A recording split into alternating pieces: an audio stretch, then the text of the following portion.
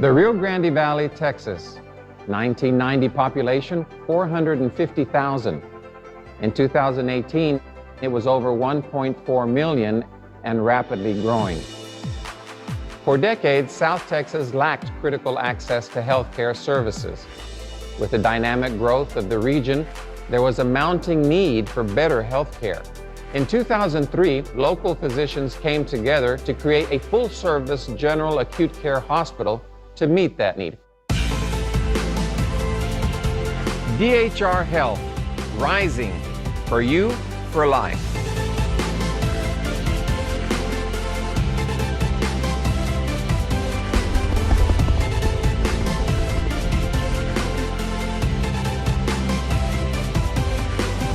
Carlos Cardenas, Chairman of the Board, Chief Administrative Officer. We are an acute care hospital that is open 24/7, 365 days of the year. We built this hospital so that we could be the very best physicians we could be. We were able to remove the impediments that got in our way that kept us from doing the things that we knew how to do. DHR is managed by the same physicians who deliver the care at the bedside in our hospital. We put the patient at the center of everything that we do. It makes me a better physician to be able to work in a facility where every member of the healthcare team feels empowered to make the very best decisions for their patients. It's done that way here every single day, every time.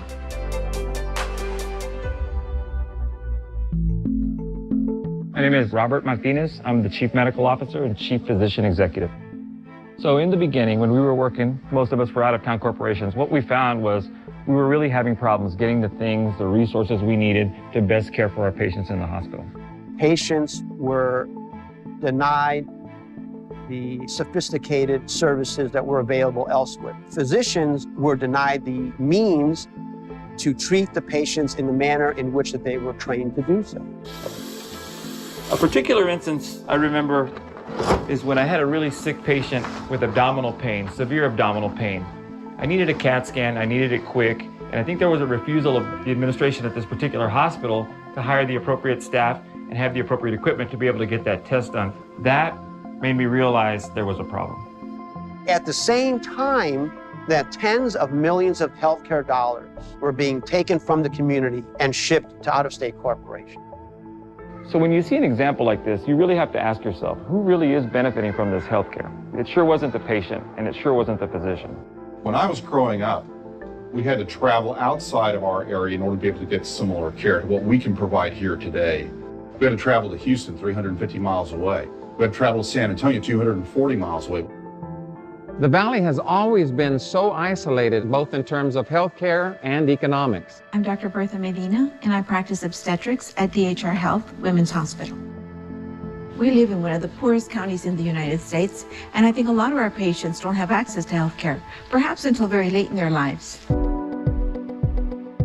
We decided to leave the old paradigm and create a new way to deliver healthcare, putting patients at the center of what we do, where the same physicians that care for our patients are the ones who manage our hospital and make the choices and decisions that deliver the highest quality care to the patients in our community.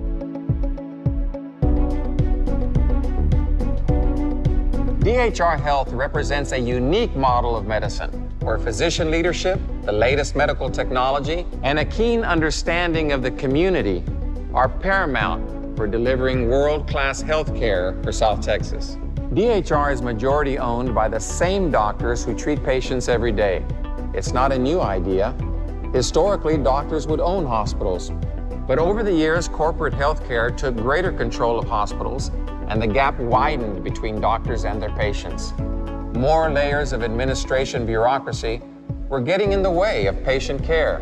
Who better than physicians to be making choices and decisions about what equipment we should have, what nursing staff ratios should be, how a facility should be managed? As doctors, we're at the bedside of our patients. We know firsthand what they're experiencing. If we have any difficulties with their care, we can take the problem to the boardroom and immediately resolve their issues for the betterment of their care. Many hospitals, I think, in our country are run by out-of-state corporations.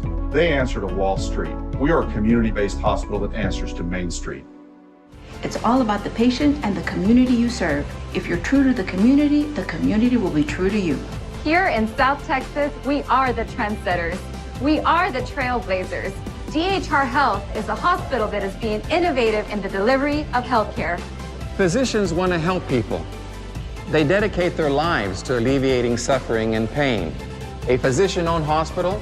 Well, that's a label. This is a hospital that is built for the community. This is a community hospital.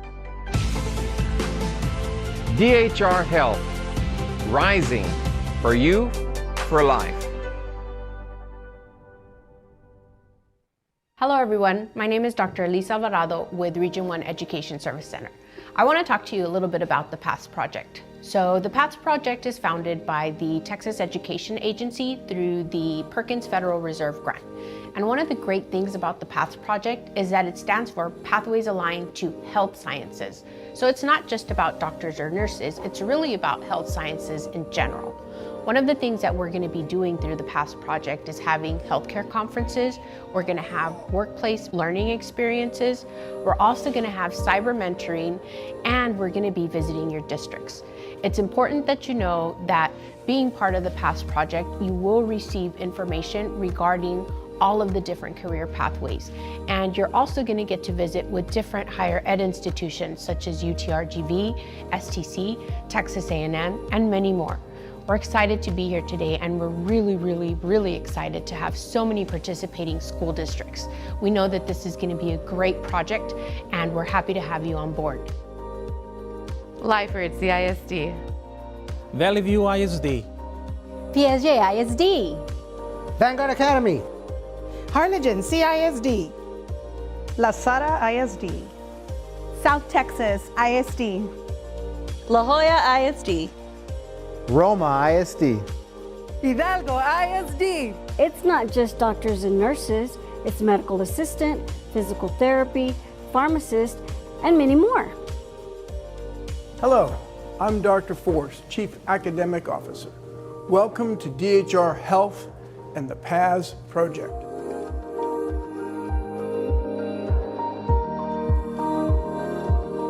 At Lyford, we find it very important to provide opportunities for all of our students to be able to explore the different types of career pathways out there, and I think PATHS gives our students the opportunity to understand healthcare in a variety of ways. Vanguard Academy is participating in the PATHS project to ensure that our students are made aware of high-wage, high-demand occupations, creating that awareness for students for secondary and post-secondary opportunities where students can not only engage in dual credit opportunities, but also work-based learning experiences. We had our first graduating class in 2017 of registered nurses through South Texas College. And now we have the opportunity to work with the PATHS grant, which will allow our students to explore the different careers in the healthcare profession. This grant will allow them to get hands-on experience with the skills needed in the field. At La Jolla ISD, it is our mission to educate our future professional students in health science and STEM careers through the integration of industry experiences, 21st century skills, and rigorous coursework. South Texas ISD has really been a trendsetter when it comes to honing in for our kids a great education that's going to help lead them, make sure that they reach their goals of whatever career path that they have chosen. And so it just makes sense that we have a wonderful history already with Region 1. And so part of the career pathway is just going to continue to enlighten our kids and really showcase all of the wonderful things that are available here in the Valley for them. It's critical that we prepare our kids for post-secondary education, specifically in the high-demand, high-paying jobs that are available. And so that's the reason why we're part of this Pathways program. Hello everyone, my name is Melissa Lopez and I'm the administrator for the Office of College, Career and Life Readiness at Region 1 ESC. On behalf of Region 1, we want to welcome you to the PATHS Project. We invite you on this journey in exploring health science fields, and we encourage you to take advantage of all the opportunities. On behalf of Region 1, we're here to serve you. Hi, my name is Dr. Norma Teran, and I am the Chief Nursing Officer at DHR Health.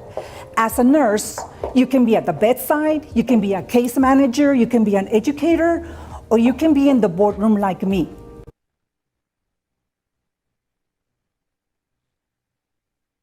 An officer at DHR Health.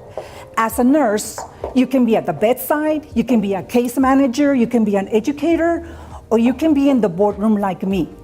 Really, your choices are limitless. Hi, I'm Clarissa Aguirre, nursing educator for DHR Health. Hello, my name is Michael Auer. I'm a doctor of physical therapy, and I'm the director of rehabilitation therapy services at DHR Health. Hello, I'm Beatriz Nell, phlebotomy supervisor for DHR Health. Hi, I'm Ron Ozuna, and I'm the pharmacy clinical manager for DHR Health. Hi, my name is Ileana Elizondo. I am the director for interpreting services here at DHR Health. In this part of the hospital, you have rehabilitation nursing, so that is an RN, registered nurse. They can go further to specialize and get their CRRN, which is a certified rehabilitation registered nurse, highly specialized in the realm of rehabilitation. We have physical therapists, it's a doctor's profession now. You have occupational therapy that is becoming a doctor's profession. You have speech language pathology that is also becoming a doctor's profession as well. You have physical therapy assistant, which there is a program locally at STC for that. It's a 2-year degree. And you have a certified occupational therapy assistant, which is also a 2-year degree at STC as well. Within sonography, there are actually a wide variety of employment opportunities. Here at DHR Health, you can perform general ultrasound, obstetric ultrasound, which is ultrasound of pregnant women. You also perform pediatric ultrasound, breast ultrasound, vascular ultrasound. And some of these areas require additional certification and training. And those areas can also apply to jobs outside within the general community. Hi everyone, I'm Isela Herrera. I'm an education specialist here at Region 1 Education Service Center. Coming from 16 years of high school counseling, I've seen a lot of things that students should be aware of, and one of the things is always be prepared for post-secondary, either college or career or both. And the important thing is that there's many options. One of the things I always tell students is I'm a first-generation college student as well, and given the opportunities of someone with good mentorship, the ability to sit down and tell me what exactly is out there and what can I do with it, an adequate preparation was probably one of the most important things. If you can get an associate degree or a certificate, that is just a stepping stone for your future in a baccalaureate or a master's or a doctorate program. So that is the most important step. One of the things I also tell students is you may think a certificate is just entry level, but you can work and go to school for your associate's or bachelor's degree and still earn that little bit of money with that certificate. So it's definitely a stackable credential, and it's a pathway to a higher education degree.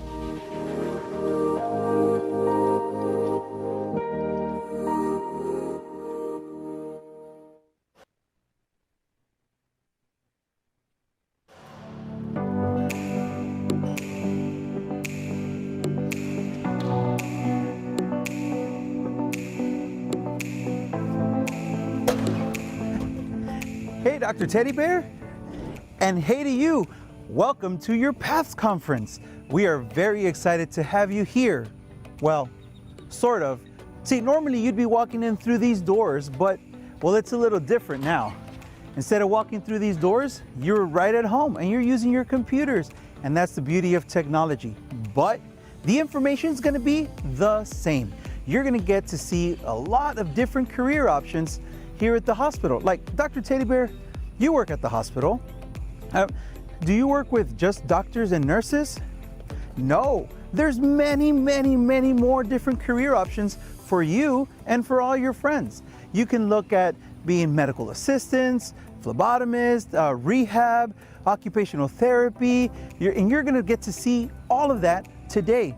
We have great professionals that work with us here at DHR Health, here to show you almost a hands-on experience of what they do. You're even gonna get to learn CPR. We have our educators that are gonna, oh, whoa, I'm okay. You see, you're gonna learn when you do CPR, and when someone's talking, they're probably okay and don't need CPR. Come on, you know that. wait, that's probably just you trying to teach them. I get it. You see, guys, there's so much for us to learn, but it's gonna take you focus. It's gonna take dedication. And you're gonna have to try and stay connected to our videos throughout the whole day. So we're gonna do a little bit of a stretch. So everybody stand up, right, at your house. Yes, I know it might feel a little silly, but stand up, up, up, up, up, up. All right, let's do a good stretch. Everybody reach up to the sky. Oh, and then out to the right, and then to the left, and then the hands down. Okay, and shake it out, get a good deep breath. Exactly. If you have to do that throughout the day, please go ahead and do so. We want to make sure that the blood keeps flowing, the energy and the information will be flowing our way to you. So please stay with us. You're going to learn a whole bunch today. This is an opportunity to explore different careers beyond the typical doctor and nurse, because it all works hand in hand to provide healthcare to our community. And even if you like mechanical or different trinkings with stuff, you're going to get to learn from our biomedical engineers. So everyone plays an integral part in providing a well-rounded healthcare to our community. So this is the PATHS Conference. Welcome, stay connected. We're going to be with you all day. We'll see you later. Bye, everyone.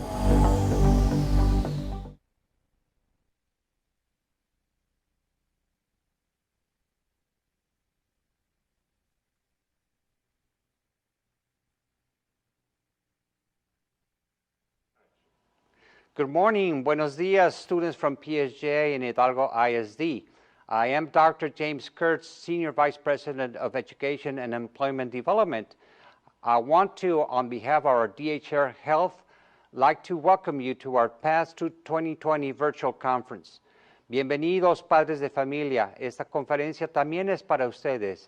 Ustedes obtendrán también con sus hijos información acerca de las futuras carreras en el área de la salud.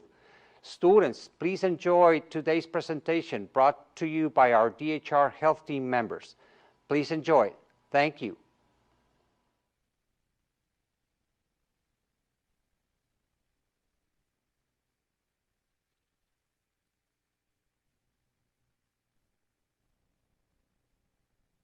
Good morning, everyone. My name is Dr. Elise Alvarado, and I'm the director at the PATHS Project at Region 1 Education Service Center. We're here today for a virtual healthcare conference, and we have a lot of professionals that are going to be talking to you about the different pathways in healthcare.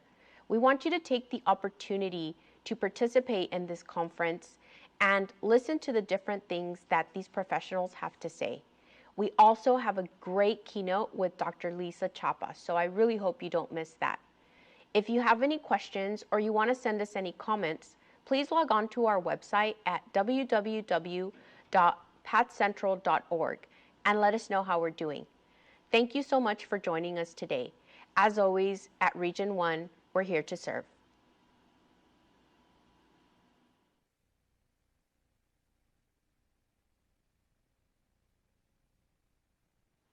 Good morning, PSJ and Hidalgo students. And again, welcome to the PATHS Project. We're happy to have you today at our virtual student conference hosted by DHR Health.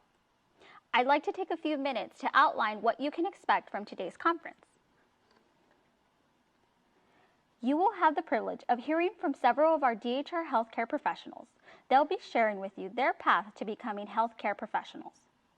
We will also have Interns Corner, where you'll hear from our student interns who were in your shoes not too long ago. They'll be sharing with you a few of their best tips. You will be responsible for completing 2 quizzes, so be sure to listen throughout today's presentation. Be on the lookout for those QR codes. They'll look something like this. If you don't have a QR scanner, we will post a direct link right below for you to use.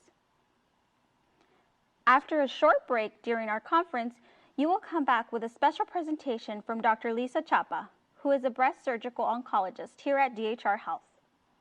And lastly, we will ask that you fill out a survey to let us know how we did at today's conference, what you liked, what you didn't like, and how we can improve.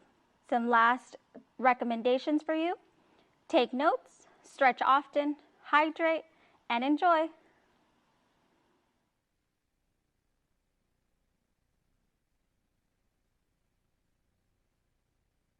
Hello, students from PSJA and Hidalgo, and welcome to the Pathways Aligned to Health Science. In this session, we are going to talk about careers in imaging services. My name is Maribel Tharp. I am the Assistant Director of Radiology here at DHR Health. So my path to becoming a radiologic technologist started many, many years ago. I did go to South Texas College, and it is a 2-year program. There are several prerequisites and co-requisites that come with the program.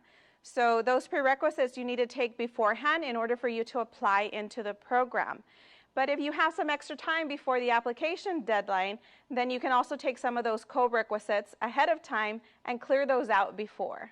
The program coursework itself is 2 years. So with those two combined, the program and the prerequisites, you're looking at about 3 years overall.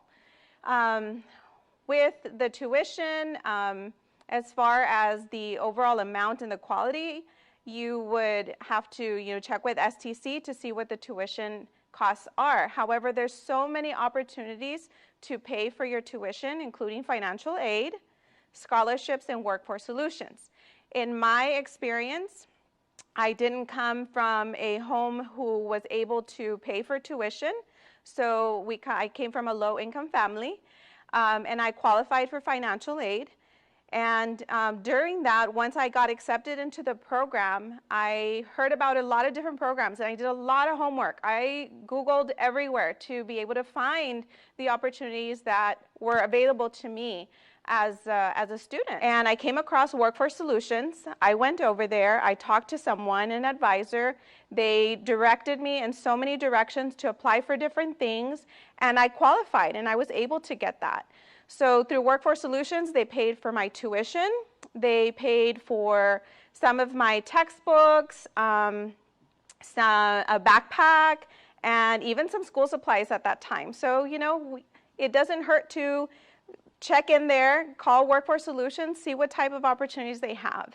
And then during the program itself, I did get a lot of scholarships. I continued to apply for scholarships just for that extra support to make those ends meet and be able to pay for everything that I needed to.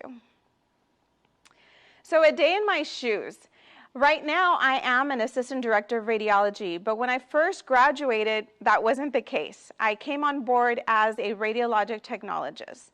I started working at a local hospital before coming into DHR Health as a surgery tech. I learned how to run the C-arm in surgery, helping surgeons locate areas so that they can conduct their surgical procedure. As a rad tech, you come in, you assess and verify the physician's orders for the exams, make sure the diagnosis correlates to the exam. For females of childbearing age, you want to make sure that there's no possibility of pregnancy. And if there's a contrast medium like iodine that they inject into the bloodstream, you want to make sure that the kidney functions safe. So there's a lot of things that you need to assess and consents that need to be filled out in order to make sure that the right procedure is being done for the patient. As a rad tech, you interact with multiple roles and departments, including physicians, the radiologists plus ordering physicians, the nurses from the nursing floor, from the emergency room, phlebotomists, respiratory techs, directors and administrators. They come around, checking for compliance, with the type of procedures, the cleanliness of the rooms, and some safety team members to make sure everything's working right with the fire safety, the fire extinguishers, and EVS personnel as well that come in between. Rad techs respond to code blues for X-ray, trauma codes for X-rays and CTs, and code strokes for CT. They also assist with CPR when it's needed, especially when it happens in your own department in radiology. As an assistant director of radiology now, I oversee staffing, productivity, employee development, handle a lot of employee compliance issues, make sure that they have their credentials up to date, interviewing and onboarding of new staff, take care of a lot of payroll, time cards and time off requests, approving for vacation time and holidays. I also handle development of presentations such as this, and forms, policy forms or assessment forms for our patients. I handle employee issues and some disciplinary actions, and also take in and handle any physician or patient concerns that they have, good and bad. Some fun facts. So some fun facts for radiology. X-ray was actually developed by accident. William Conrad Röntgen discovered X-ray in November of 1895 when he accidentally X-rayed his wife's hand. So you'll see a lot of X-ray images if you Google it of a hand with a wedding ring or an engagement ring. And that was his wife's hand that he accidentally X-rayed. So from there, a lot of development has occurred. And now we have so many service lines in radiology. In 1927, 37% of radiologic technologists were nuns. Today, there are over 330,000 registered radiologic technologists.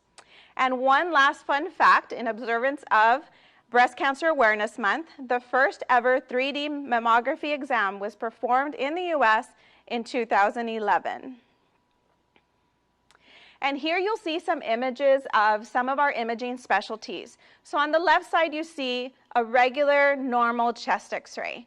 And on the right side, you see an upper GI exam being performed under fluoroscopy. So you see the white part is the contrast that's going through the stomach, and the black that you see inside the stomach is the air in there. So you see how it's starting to go into the small bowel system.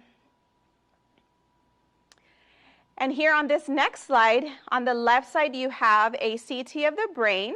So you are able to see that. What CT stands for is computed tomography. So it takes like slices, almost like a bread loaf, where it's cut into slices.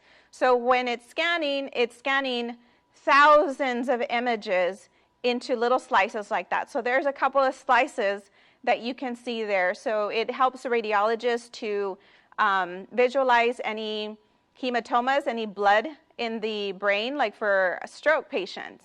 And on the right side, you see an example of an MRI of the lumbar spine. Down there towards the bottom, you see a black circle through the spinal cord, and that's a herniated disc that's bulging out there. You see some little, almost like fibers sticking down. Those are some of the nerves that are just being pinched there and are trying to get past the herniated disc. And just some helpful tips. If you are interested in radiology, there's just a few things that any medical professional needs. You have to have a huge interest in the medical field. And sometimes radiology is not a field that you think about when you think about the medical field. You think about nursing, you think about being a doctor. Those are two of the major things, but there's so many careers in the medical field. So do your research on that and look at different opportunities. In radiology, it's good to love to understand how things work, because there's a lot of physics, and don't get scared by physics, trust me. I know I was, but you'll learn how to understand how X-ray is created and why the images come out the way they do, and what you can do to make it better and fix the images. And passion. You have to have a strong passion to help care for people. You know, they don't want to be in the hospital. They don't want to go to the doctor's offices. I know I don't when I do. I don't want to be here. So you need to have that extra compassion and love for people in order to be able to do what you do here as a medical professional. So that is some of my tidbits and information, my pathway to becoming a radiologic technologist. I hope that it inspired some of you to look into this field a little bit further. And if you feel that this might be a career for you, feel free to contact me if you want more information, get more details. I know this is a short presentation, and I have 17 years, in radiology. So feel free to send me an email. There, my contact information is on the slide, m.tharp@dhr-rgv.com. Thank you all for your time, and I wish you the best in your future. Just remember that every choice you make now at this moment directs your path to where you go. So choose them wisely, and take care. Best of luck.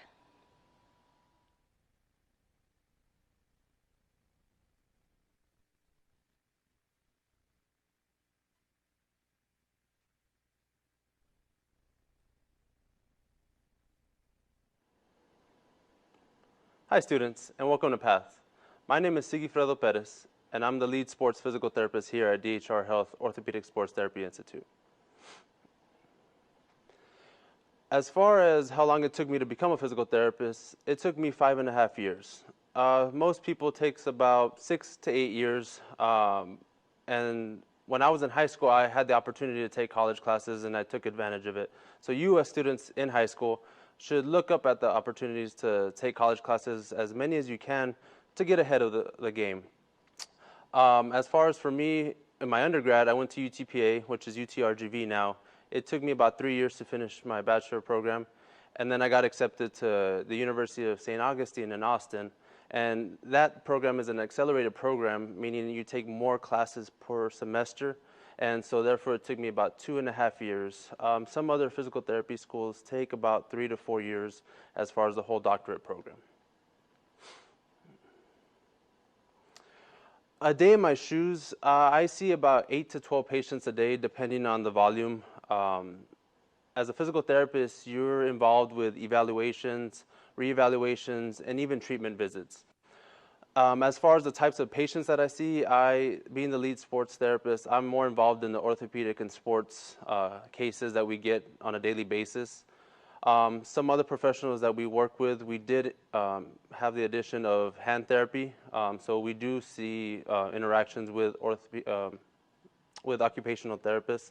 Now we're seeing more neuro cases as well, so we do see more speech therapists coming in our way.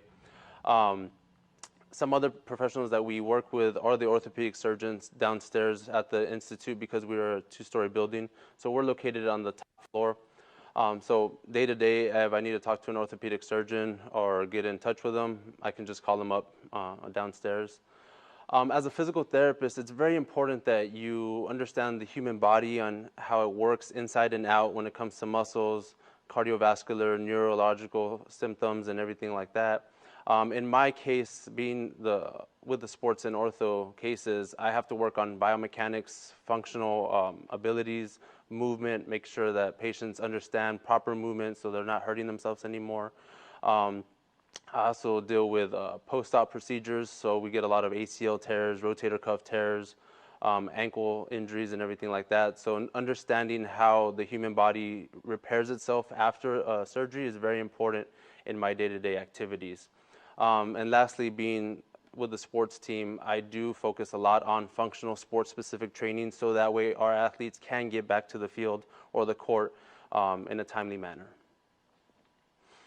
As you can see with all the photos that I've placed here, we are almost like a big gym, okay? And that's the exciting part of my day. The fun facts is that I get to work with athletes every day, all day.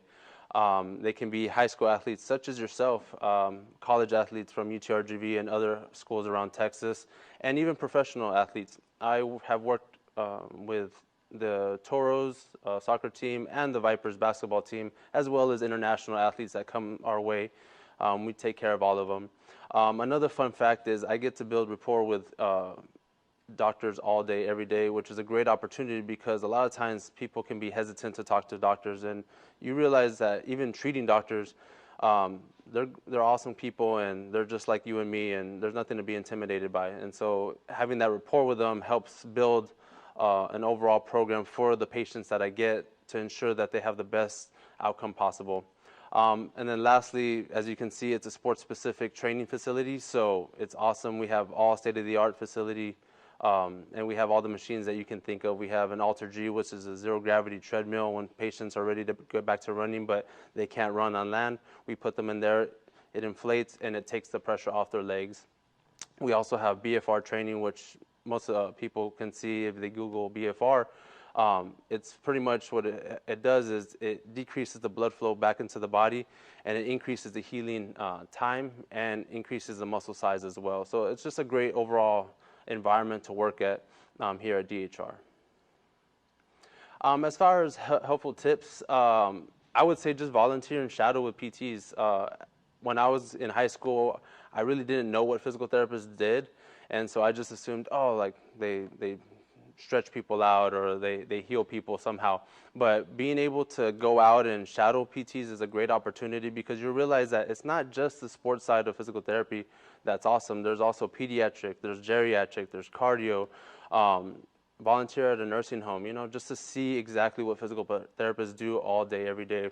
And to see if that's what you really want to do, okay? Because some people can say they want to be physical therapists and then they start getting into it and they realize it might not be for them.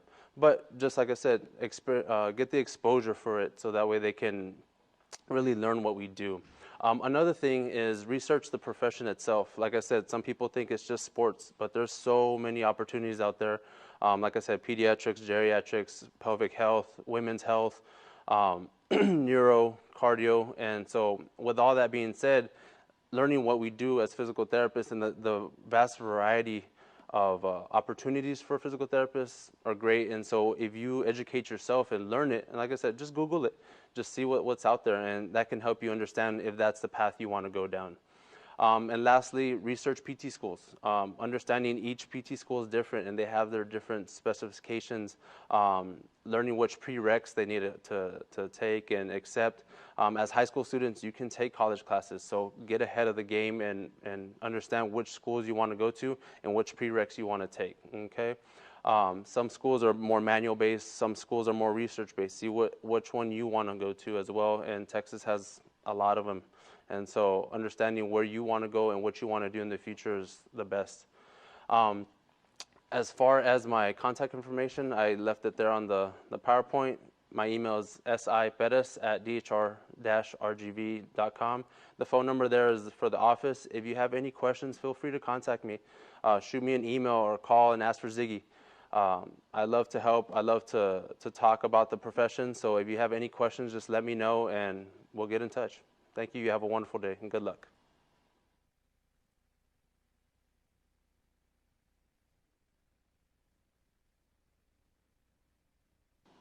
Hello students, welcome to the PASS Project. My name is Andres Padron, one of the interns for the PASS Project at Region 1 Education Service Center. My job is to help organize events for the project, such as this virtual conference you are watching. I also add and edit documents to PASS Central, our website, and inform your schools about opportunities for you to learn more about healthcare careers through cyber mentoring. Why is it important that students have early exposure to healthcare? From my experience, it has really helped me in my journey to become a vocational nurse. I graduated from Med High, a high school that focuses on preparing students for healthcare careers. What Med High does is that they educate students from freshman year to senior year by classes and programs that students can choose to pursue, such as medical or dental assistant. All the information and skills I gained from this has helped me now as I am in the vocational nursing program at South Texas College. This is why I believe early exposure is helpful and important to students. Thank you for joining our conference. I hope you enjoy the rest of it.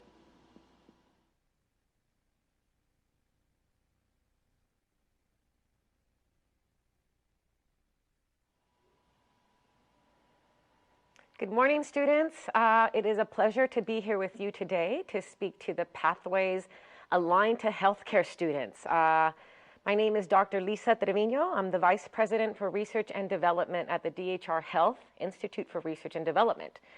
I am very proud to be here because I am a proud graduate of PSJA, class of 1992. So to all my Bears and Raiders and all the PSJ family, thank you, and I hope everyone is doing well and staying safe. So I'm here to talk to you a little bit about my path to becoming a molecular biologist. That's what I went to school for. So a molecular biologist is a scientist in any other term that looks really deep into the molecular biology of our health system.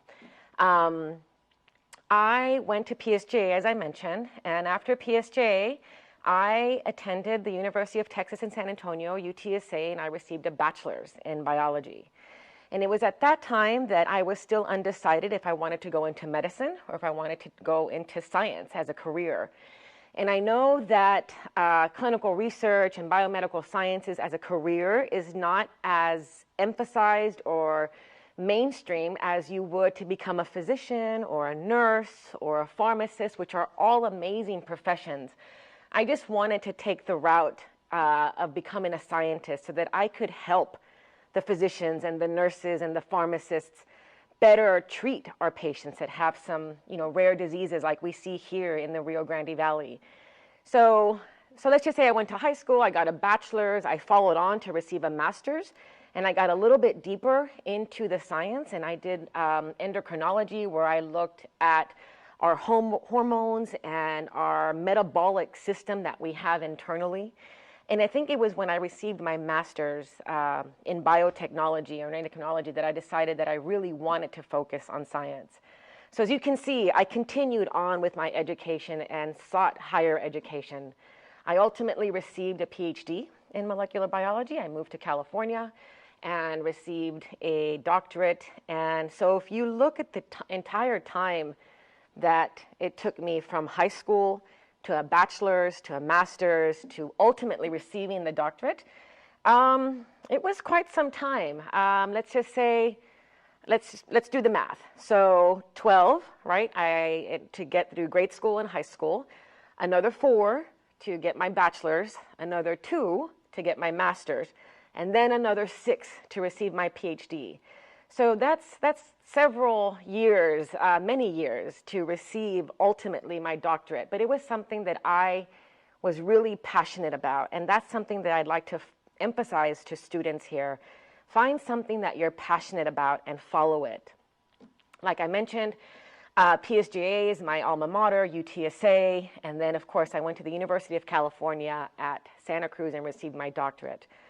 I enjoyed this profession because I was able to interact with many professions.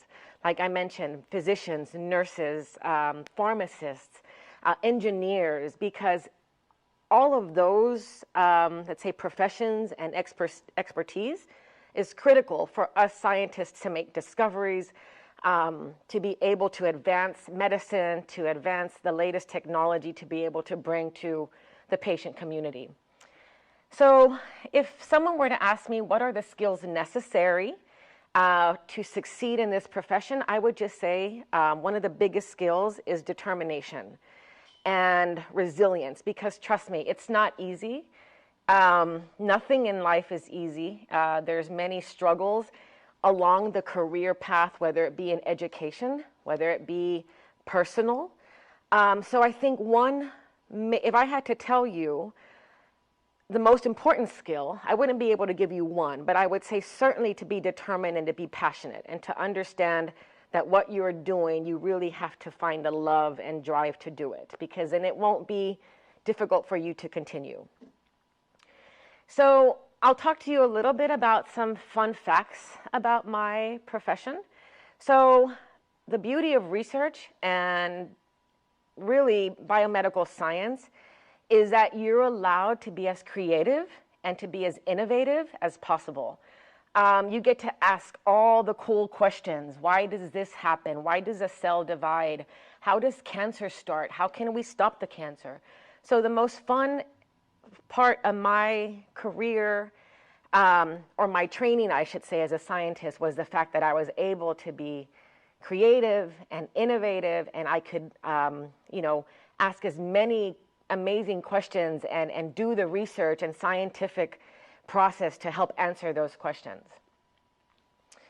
Let's see, so helpful tips maybe that someone may be interested in moving forward with a career in biomedical science is speak to your professors, speak to your teachers, and whether it be right now that you're in high school, speak to your counselors, let them know that you're interested in going in this direction. And I have to emphasize, because it really wasn't emphasized to me when I was in high school, that biomedical science allows you to be at the forefront and cutting edge of delivering amazing medications, vaccines. We're all right now in this pandemic trying to find a vaccine or a cure or an effective treatment for COVID.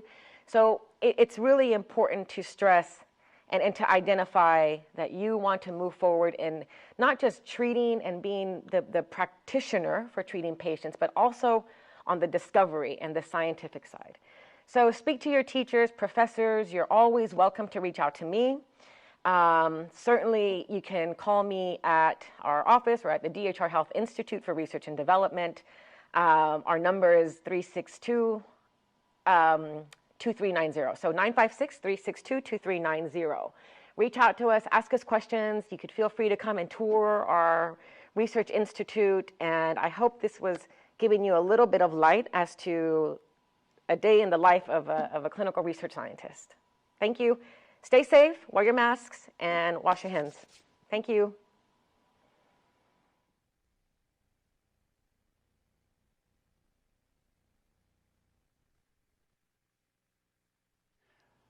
Hello, everyone. Welcome to our PATHS 2020 conference, PATHS Aligned to Health Science. My name is James Kurtz. I am the Senior VP of Education and Employment at DHR, and I want to welcome everybody to this beautiful and great virtual conference. Many of you may question or have a question about, what is my path and how did I come up with my path? Well, I have a degree, a PhD degree in quantitative educational psychology. It took me around 10 years on that career pathway. I started out, with a graduate degree in science. Actually, it took me 4 years. And I did my bachelor's degree in the National Autonomous University of Mexico called UNAM, and I followed then a diploma on statistical quality control. That took me about another year. So that was actually 5 years, my first pathway. Later on, through a scholarship, I was able to attend the Colorado State University at Fort Collins, and it took me about 2 years to get my master's degree. And quickly after, I saw that there was a need to kind of finish up my career pathway and decided to apply to the University of Wisconsin-Madison. That was quite a challenge because there were about 20 applicants and only 5 were admitted and only 3 actually graduated with a PhD. So I got my PhD and then practically started working on my career. I may just want to make a comment that my public higher education at UNAM was totally free. That's since 1929. If you're a good student and you're able to go up to public education, your education is totally free. My master's and my PhD was basically paid through scholarships, fellowships, part-time, and family work. If you want to have a scholarship and a fellowship, you always want to stay with a GPA above 3.0. What does it really, what happens every day, a normal day in DHR? So what if you were to use my shoes? Well, on a normal day, I primarily use a lot of computer software to plan and design educational opportunities for the hospital. I actually interact with a lot of my peers in the department, and I listen and discuss how our project objectives are advancing on a daily basis. I interact with nurses, I interact with computer professionals, with medical doctors, and many other staff. What are the skills that you need in my profession? Well, I'll be totally honest. You need to have very strong reading, writing, use of computer software, listening, research, and clear communication skills. Both, I would say, in our area, in the Rio Grande Valley, English and Spanish. Let me give you a little demonstration of things that we do in my office. We actually always consult, the U.S. Bureau of Labor Statistics, and let me show you, for example, what it means to become a medical sonographer. By the way, medical sonographers that we need, and they're high demand in our hospital and many other hospitals. Well, you would see in this website that you can actually consult and actually see what each of these individuals do. If we just kind of quickly click on what they do, which is like our first step, right? You can actually then read a little description, right? Medical sonographer, what they actually do is including vascular technologies, right? And they do a lot of imaging. So a sonographer really requires to have some basis on anatomy, some basis on physics, right? And some good basis of identifying and taking care of patients. I highly recommend for any of you that are looking for a profession, you can type any profession there, and let's say, for example, medical assistant, right? We type medical assistant, right? And we would get all the info that we need about medical assistants. So you can see that there's many videos, right? If we click on the video,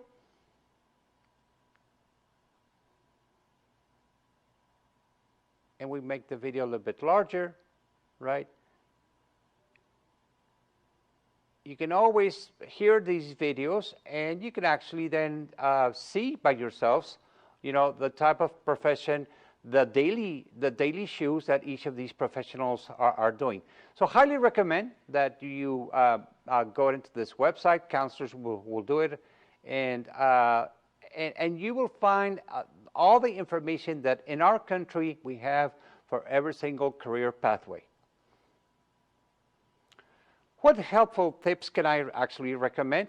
I can tell you that if I would have to go back to school, I would highly recommend take as many English and Spanish reading, grammar, and research courses. These are basically the fundamental tools that I use on a daily basis. Thank you. If you would like to contact me, don't hesitate. I do read all my emails, and as much as I get 50, 60 emails a day, please contact me. I will be more than glad to assist you or put you in contact with people that will lead you into your careers. My email is j.kurtz@dhr-rgv.com. Thank you so much.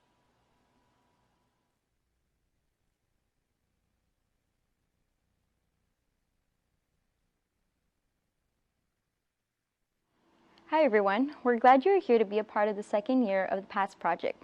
My name is Raquel Sanchez and I'm an intern here at the PATS project at Region 1. Being a part of the PATS project comes with many tasks and duties, such as making sure everything is running smoothly, like for today's event.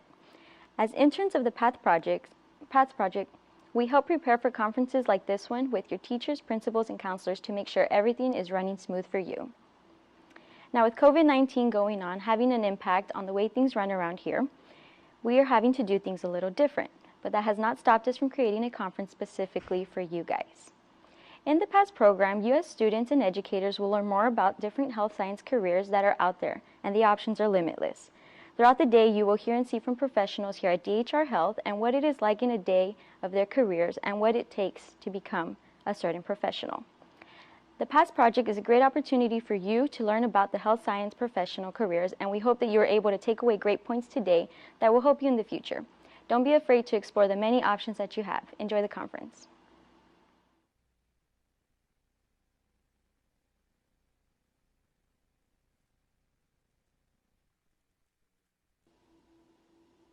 Hello everybody, my name is Clarissa and I'm a nurse educator here at DHR Health. One of the topics that I wanted to talk about was effective communication. Now, you have to understand that most times as nurses, we can be the best thing that has happened to a patient in the worst day of their life. So it's so important that we are effectively communicating what the patient needs, as well making sure that they get the care that they need. We provide the patient with as much compassion and empathy, to provide them a good journey to their recovery. We have to just be more than just clinical knowledge. We also have to have interpersonal communication and skills.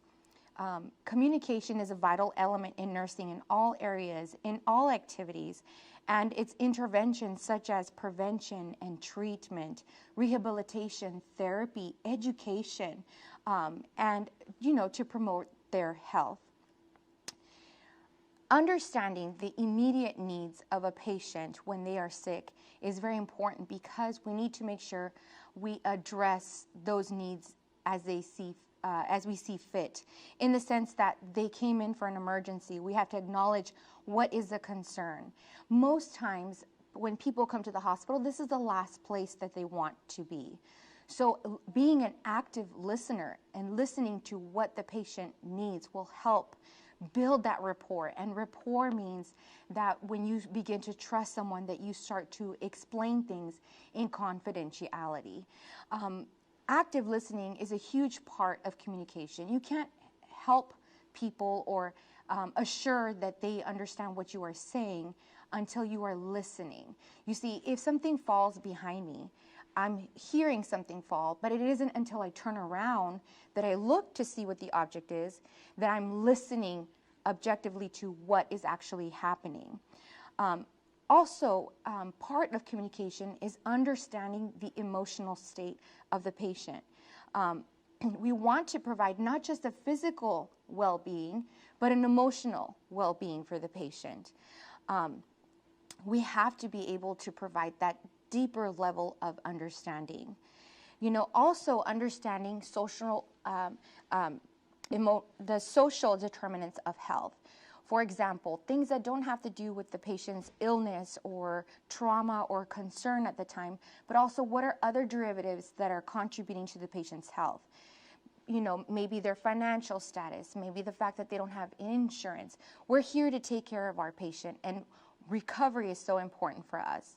We also have to be effective in communicating how to track the patient's care. Are they doing better? Are we being effective?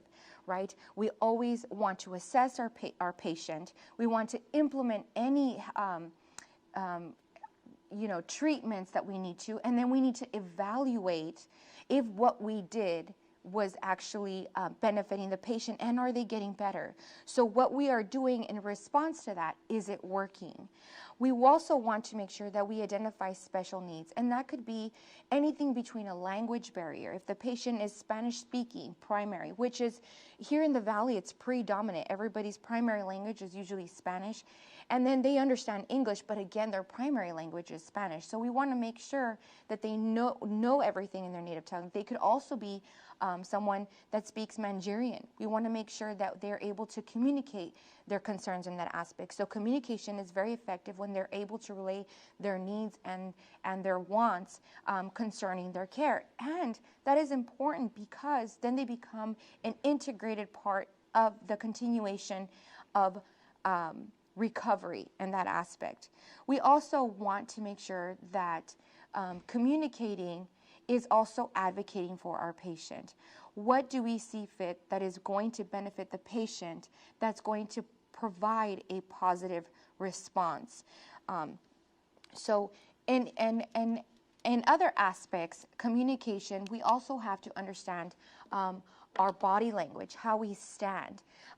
You know, when you are here and you're concerned about a patient, you want to have that open communication. So body language is another portion of communication that we have to relay. We have to also exercise patience, right? Sometimes we understand that you're going through a really bad situation and your emotions get the best of you. We know that you're not trying to take a sharp edge at us. It's just the situation is very emotional and very stressful, so we have to be very patient. Focus on the feelings and the facts so that we are able to communicate and relay a better understanding of care. And you want to show proper respect.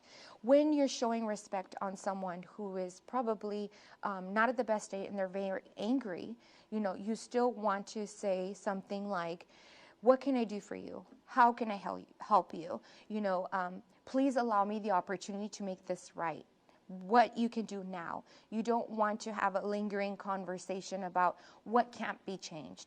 So you acknowledge what can be changed, what you can do better, and then move from there. Let's just move forward from this situation.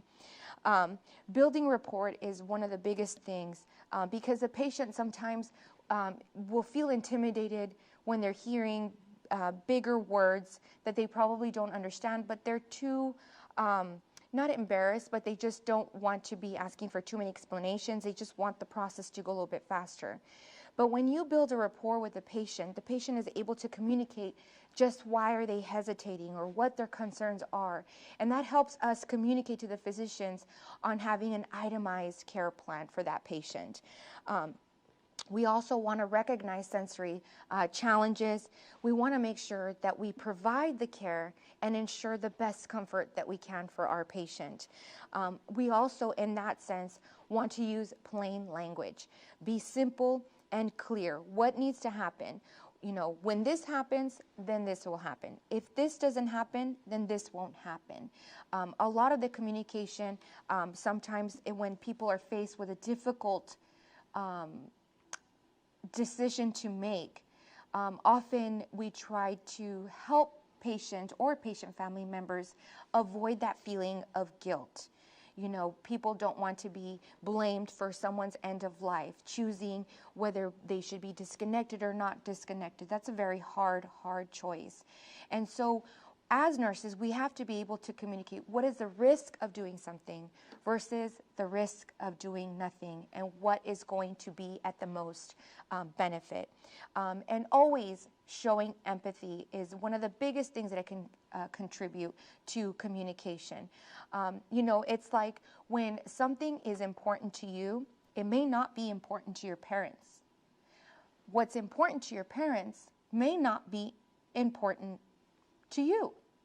But because you love your parents, what's important to them should be important to you. And because it's important to you, it should then be important to your parents. So that is how I think of it. You know, you also want to think about how do they feel? Because we can be in a difficult situation where they say, you don't know how I feel, or you don't understand. You're absolutely right. I don't know how you feel, but I can see how it makes you feel. And that makes a whole lot of difference. So it's so important in communication that we're actually understanding. And one of the biggest things on understanding is to read back what you think you understood. Always building on what someone knows before you engage in further education has a more promising result. So make sure that when you're communicating with someone that you are actively listening to them. I live by Maya Angelou. People forget what you say, and people will forget what you do, but people will never forget how you make them feel. And that is why you have the friends that you have, because they make you feel good. That is why you can't stand to talk to certain people who have made you sad, because they made you feel sad. And we always want to make sure that we have effective communication so that we can make our patients feel that empathy that we're trying to bring across. So I hope that this has helped you in your communication. And it's not just for nursing, it's in every field of aspect and anything that you do from here on out. So work on your communication, really understand what needs to happen, and being empathetic and valuing what people feel is always very important. Thank you. I hope you have a great day.